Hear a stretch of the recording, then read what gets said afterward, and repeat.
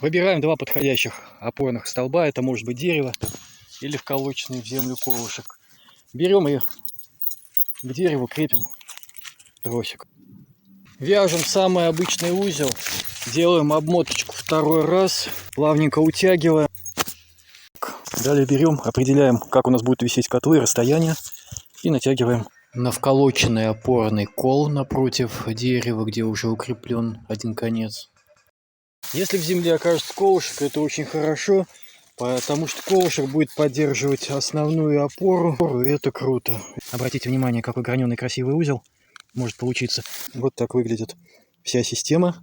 Цепочка раз, цепочка 2, цепочка 3.